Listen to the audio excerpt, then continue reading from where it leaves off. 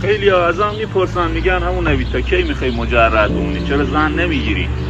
من ترجیح میدم تا وقتی که پول ندارم مجرد بمونم و مجرد زندگی کنم و مجرد بمیرم تا بهم بگم ناکام، ولی نیام بی پول زن بگیرم یه نسل فقیر تحویل جامعه بدم تا وقتی که زنده هستم به خودم فوش بدم همین که سرمو گذاشتم مردم تو قبرمو بگم.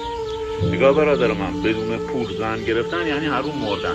همون زنی که وای میسه روبرو، دختری که وای میسه روبرو میگه من با جیب خالیت میسازم، کافی عقل کنی خرش از پل بگذاره، هر رو یقت میچسبه میگه تویی که پول نداشتی غلط کردی زن گرفت.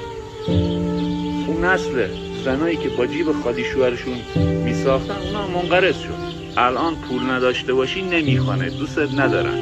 حالا بذار 4 تا آدم خال زنکم بشینه بگه فلانی ارزه نداشت زن بگیره. مجرد موندن بهتر از یه عده رو به خاطر غریزه خودت بدبخت